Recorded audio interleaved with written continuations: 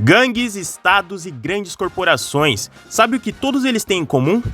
Todos eles são a mesma coisa, principalmente estados e gangues. Um estado possui um território e uma população, não é permitida invasão de estados alheios, e caso haja tentativa, o combate armado e violência são recursos utilizados por essas nações. O uso da violência para autodefesa é algo praticado tanto por gangues como por estados. Para que o Estado se mantenha operante, leis são criadas e impostos são exigidos e coletados de seus cidadãos. E na manutenção das leis e dos impostos, a violência também é utilizada. Leis, impostos, uso da violência, são todas características que compartilhamos em comum com os estados. Embora as gangues e os estados sejam sim semelhantes, o estado tende a se justificar com uma base histórica ou pelo seu tamanho na real. No entanto, a real natureza do estado surge quando um conflito aparece. Eles são apenas parasitas que se aproveitam dos fracos. Se um estado é uma gangue, então é possível que uma gangue se torne um estado. E eu quero criar um estado diferente. Essa é a frase dita por Park Tae-soo no segundo capítulo do mangá de Sunken Rock. Frase essa que é dita ao nosso protagonista Ken Kitano. Ken é um homem peculiar e interessante. Sendo ele um cidadão japonês, ele teve sua família inteira massacrada pela Yakuza ainda na infância. Ele sempre odiou a máfia e os criminosos e foi após viajar para a Coreia a fim de se tornar um policial coreano e punir os criminosos, além de também encontrar a garota que ele amava na época da escola, que ele se depara com essa dura realidade.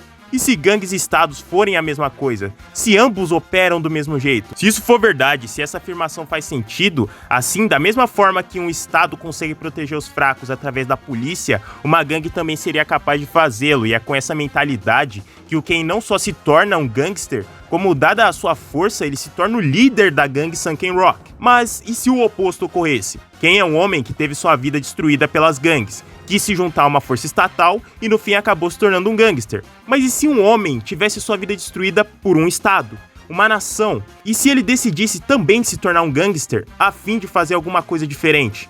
Na verdade, a pergunta que deve ser feita é: se esses dois homens colidissem, quem se sobressairia entre eles em um confronto direto entre seus punhos? Bom, foi exatamente isso que ocorreu durante a maior guerra do mangá de Sunken Rock. A guerra entre a gangue Ken Rock e o grupo de assassinos estrangeiros nos deu a maior e melhor luta de todo o mangá. E é sobre isso que eu vou falar hoje com vocês. O confronto mortal entre punhos e ideais de Ken contra Kim Bang-pun.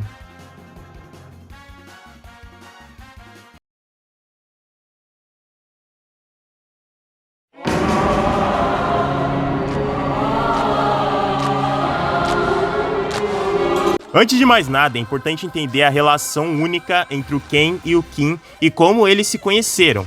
No capítulo 8, é dado início ao primeiro confronto da gangue Sunken Rock contra uma outra gangue. Após uma garota amiga de Ken ser raptada pela gangue inimiga, o Ken invade o QG dos caras e junto da rapaziada ele desce a porrada neles. Seja com um taco de beisebol ou no puro soco, não importava, 4, 10, 20 oponentes, ele nem ligava, a gangue Sunken Rock superava toda a lógica e vencia cada um dos gangsters rivais. E após muita porradaria, após eles enfrentarem todos esses gangsters, eles encontram a sua amiga em um estado deplorável. Aqueles gangsters eram um exemplo perfeito de tudo que o Ken odeia. Gente que se aproveita dos mais fracos. A ira de Ken não era contida. A alma de vocês é imunda. Eu disse que as pessoas não podem ser classificadas entre puras e impuras, mas vocês têm almas sujas. E é nesse momento, no capítulo 10, que temos o primeiro encontro entre Ken Kitano e Kim Bang-pun. A princípio, ele é só um assistente dos gangsters, alguém inofensivo que fazia tarefas simples para os mesmos. Mas ao se deparar com a força da gangue do Ken, seu real lado nos é mostrado. Em poucos movimentos, ele derruba Ken com uma facilidade extrema. Se o Ken tentava revidar com seu taco, então o Kim Bang simplesmente destruiu o taco no soco. Uma joelhada e o Ken, um homem que até então parecia ser invencível, estava no chão. Como isso era possível? Nem mesmo os membros da gangue imaginavam que ele era tão forte, então como? Como ele conseguia derrubar aquele homem que era o líder da gangue Ken Rock? Alguém que nunca havia perdido uma luta sequer na sua vida. Se o passado de Ken era triste, dado ao fato de sua família ter sido assassinada por gangsters no Japão, a história de Kim Bang-pun era igualmente trágica, se não pior do que a de Ken. O que é uma nação para você? Em 1971, as tropas coreanas chegaram no Vietnã. A fim de dar apoio aos americanos, o governo coreano enviou várias tropas como reforço. Um dos homens a serviço do exército coreano era o pai de Kim Bang. A guerra é brutal, nela pessoas que nunca se viram falaram, se matam sem nem ao menos terem um bom motivo para isso.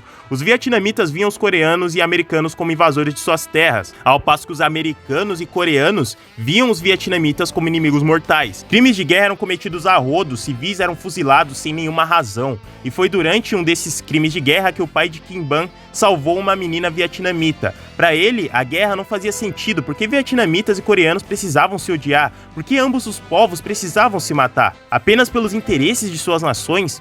Em 1975, a Guerra do Vietnã chegou ao seu fim. Aproximadamente 5 mil civis foram mortos pelos soldados coreanos. O Vietnã estava destruído, ao passo que a Coreia, com o dinheiro que conseguiu na guerra, desenvolver o seu país, ao ponto de sediarem os Jogos Olímpicos em 1988. O pai de Kim Ban volta ao Vietnã naquele mesmo ano, a fim de se desculpar com a população pelo mal que sua nação havia causado. Lá ele reencontrou a mesma menina que havia salvado, agora ela já era uma mulher. Os dois se apaixonaram, casaram e Kim Ban-fum nasceu. Treinado nas artes marciais, desde pequeno ele aprendeu taekwondo por parte de seu pai coreano. Em seu leito de morte, o seu pai lhe deixou uma lição valiosa. Não existem coisas como guerras sagradas nesse mundo, e aqueles que dizem o contrário são os reais inimigos da humanidade. Após isso, Kim Ban foi para a Coreia, a terra natal de seu pai. Lá ele não só encontrou emprego, como conheceu o amor de sua vida, Hye-ya. Ela era a razão de sua vida, ambos prometeram viver e morrer juntos naquele país.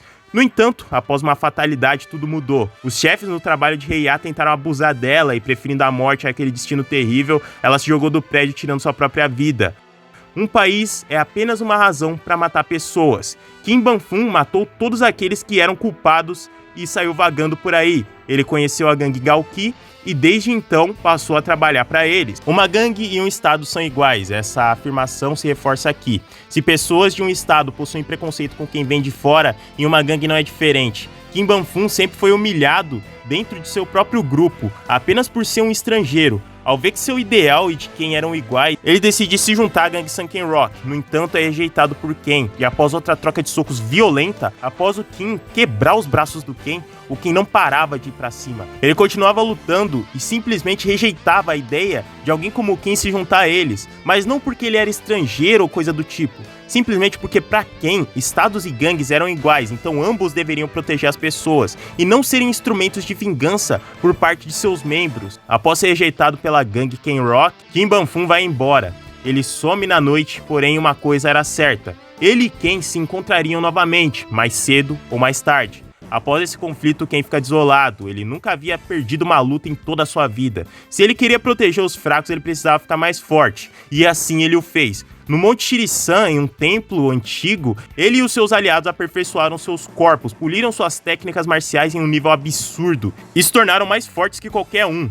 Novos membros entraram para a gangue, Ken rapidamente derrotou a gangue Galki, erradicou os mesmos e acabou tomando por completo o território dos caras. A gangue estava crescendo, se tornando coisa séria, mas não era o suficiente. Em uma das guerras mais insanas do mangá, Ken e sua gangue simplesmente tomam o controle do Cassino Imperial. O maior cassino da Coreia fazia bilhões de wons. Ao tomar o controle desse cassino, a gangue de Ken se tornara a maior gangue da Coreia do Sul. Em pouquíssimo tempo, Ken se tornou o chefe da gangue mais forte e respeitada do país. Porém, ele nunca se esqueceu de sua derrota. Ele sabia que mais cedo ou mais tarde ele enfrentaria um oponente formidável e que precisava estar preparado. Não importa se eles eram a gangue mais poderosa do país, não importa se ele era o chefe da gangue mais poderosa. No fim, ele precisava ser forte o suficiente para bater de frente com alguém tão forte quanto aquele homem que havia o derrotado há tempos atrás. Se os outros membros da gangue treinavam no máximo 3 horas por dia, ele ia além, 6, 7, 8 horas por dia. Tudo isso era feito para adquirir um corpo verdadeiramente forte.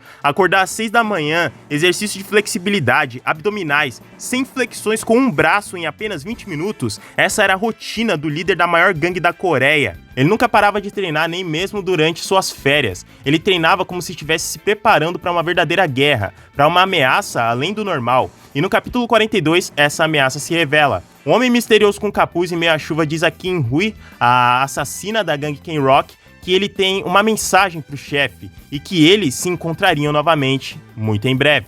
Muito tempo se passa e uma nova gangue surge. Uma gangue que almeja tomar o lugar da gangue K-Rock como a maior gangue da Coreia. Seus membros, interesses e até mesmo o seu líder são desconhecidos. Quem se prontifica a enfrentar a gangue, no entanto, Park Tae-soo, o braço direito de quem, a mente por trás da gangue, se recusa a entrar num conflito direto. Brigas e lutas são coisas que gangues pequenas fazem. A gangue Sunken Rock é a maior do país, e sendo assim eles não precisam sair no soco com ninguém. Influência política, poder e a economia, tudo isso pode ser utilizado para suprimir as gangues rivais. Tudo que eles precisavam fazer era pedir ajuda para alguns políticos, para algumas pessoas importantes, para alguns figurões da Coreia, e logo aquela gangue rival desapareceria do mapa.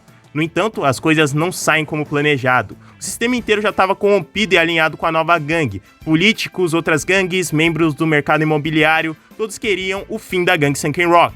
E sendo assim, o único caminho restante era a guerra, luta, porradaria. Essa é a única forma que homens de verdade podem resolver suas diferenças. E é após muita coisa acontecer, inclusive a quase morte do Park Tae-soo, que a real identidade da gangue rival nos é revelado. Uma gangue formada exclusivamente por estrangeiros, pessoas de todos os lugares, Vietnã, Rússia, Cazaquistão, Mongólia, todos eles foram para a Coreia em busca de oportunidades. Porém, a corrupção, preconceito e a desigualdade, de alguma forma, destruíram a vida de todos eles. Seu líder, ninguém mais, ninguém menos do que Kim Bang-fun.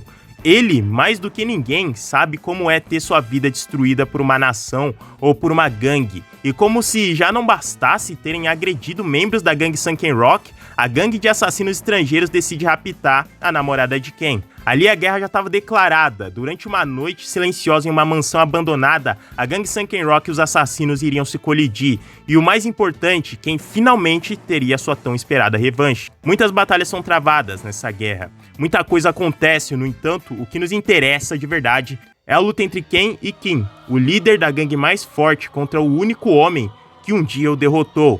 Será que ele iria perder novamente? E é aqui que a luta começa de verdade. Tudo começa no capítulo 107. Antes da luta começar, eles conversam, debatem seus ideais e falam sobre o seu passado. Você negou suas origens e tentou unir forças comigo, mas quando eu recusei, você foi embora. Aí você virou um assassino e matou outras pessoas. Kim Bang-fun, o que vem depois? Naquela noite, com a neve caindo, os punhos daqueles dois homens iriam se colidir. A princípio, a luta começa simplesmente com uma troca de socos franca. No entanto, vemos a real força e evolução do Ken quando o mesmo tenta acertar um chute em seu oponente, que desvia. No entanto, a coluna que recebe o chute é simplesmente explodida com o impacto daquele golpe. Todo aquele treinamento valeu a pena, agora o seu corpo era mais forte do que qualquer coisa. Mas não importa, se eles estavam no andar superior de uma mansão, Kim Ban simplesmente arremessava o Ken pelos ares. Os dois caíam no andar de baixo, prontos para se socar. Ela era uma batalha de alto nível, uma que só pode ser travada por aqueles que são verdadeiramente fortes. Uma joelhada e o Ken voava. Sem tempo para parar, a troca de socos insana retornava. Socos, chutes e até tentativa de quedas eram utilizadas pelo Kim Bang-fun, que novamente arremessava o Ken pelos ares, fazendo cair em outra parte do edifício. Se o líder dos assassinos tentava alcançar Ken saltando, dane-se, o Ken saltava de encontro ao seu oponente. Me fala aí, a razão pela qual você apostou a vida nessa luta é porque você me odeia? Nossas terras natais estão nos forçando a nos matar nessa batalha? A maioria das pessoas é boa e apenas buscam proteger o que lhes foi ensinado a proteger. Então por que essas pessoas recorrem à violência? Só porque são de nacionalidades diferentes? Por que eles morrem ou sofrem? Eu tô decepcionado com você, eu te odeio. Nossas nações nos fazem lutar? Isso pode ser verdade, mas além disso, não é sua culpa eu estar desse jeito? Vocês sabiam que meu ponto de vista era semelhante ao de vocês, e mesmo assim você me rejeitou. Não é sua culpa eu estar nessa mansão abandonada e nós estarmos lutando? Talvez seja verdade, mas depois dessa luta, nós vamos nos tornar amigos. E mesmo com Kim Ban duvidando que quem poderia vencê-lo, quem queria pagar pra ver. Eles então se dirigiam para um lugar onde seria mais apropriado para aquela luta. A trocação retornava, os dois se batiam e agora os dois lutariam a sério. Kim Bang-fun começava a levar muita vantagem. Não importava o quanto Ken resistisse, ele não era páreo, sendo pego pela cabeça, erguido por um único braço e sendo socado no corpo, ele estava quase morrendo. Ele só é salvo graças à sua namorada, que aparece e ataca Kim Bang-fun. Acontece que a namorada de Ken é uma policial e também filha de um grande mafioso japonês. Ela desertou de sua família e sempre desprezou as gangues acima de tudo. No entanto, ela não sabia que seu namorado era líder da maior gangue do país. Ken sempre escondeu isso dela para que ela não o deixasse. Mas ela diz que tá tudo bem, ela não liga se ele é líder de uma gangue. Ela prometeu apoiar ele, não importa o que acontecesse. E isso é o que dá forças pro Ken voltar e acabar de vez com aquela luta. Agora ele pega sua arma clássica, o taco de beisebol. A luta começaria de novo, e ambos colidem as suas armas. Ken era pego, mas não importa, ele saía saltando e acertava um chute em cheio no seu oponente. Socos e mais socos, e em um golpe, o Ken acerta em cheio o Kim, assim danificando seu rim. Mais e mais o Ken começava a levar vantagem, mais socos dele chegavam no Kim, ao passo que os socos do Kim agora não tinham efeito algum. Ele agora é quem ameaçava Kim Ban, dizendo pra ele desistir, que seu passado estava condenado. No entanto, o Kim retrucava, ele falava que não escolheu nada disso, ele não escolheu seu passado, e mesmo assim ele continuava sofrendo. Banfum, mesmo nesse momento você tá falando um monte de merda, então eu vou te bater mais um pouco. Ken voltava a golpear e a surra não parava. Kim tentava revidar e dizer que ele queria ser igual ao Ken. Tudo que ele fez, desde a mansão abandonada, a formação de uma gangue, ele queria parecer com o Ken. Ah, então foi por isso que você quis lutar comigo, então eu vou te bater um pouco mais. Soco, joelhada, chute, não importava, Ken não cairia. Mesmo depois de tudo que aconteceu, mesmo depois de vários de seus companheiros terem caído, mesmo que o amor de sua vida fosse filha de um mafioso que agora queria tomar toda a Coreia, ele não cairia. E após o último soco triunfante, a vitória, o destino e o país inteiro estavam nas mãos do Ken. Após o fim da luta, a Yakuza invade o prédio e, a fim de matar tanto o Ken como o Kim e eliminar os mais fortes, ambos lutam com todas as suas forças, mas no fim de tudo, infelizmente, Ban-kun acaba sendo gravemente ferido. Em seu leito de morte, ele pede para que Ken cuide dos membros de sua gangue. E apesar de estar morrendo, ele se sente satisfeito, pois ao lutar junto de Ken contra a Yakuza, como ele mesmo diz, eu descobri que tipo de pessoa eu seria se tivesse ficado do seu lado.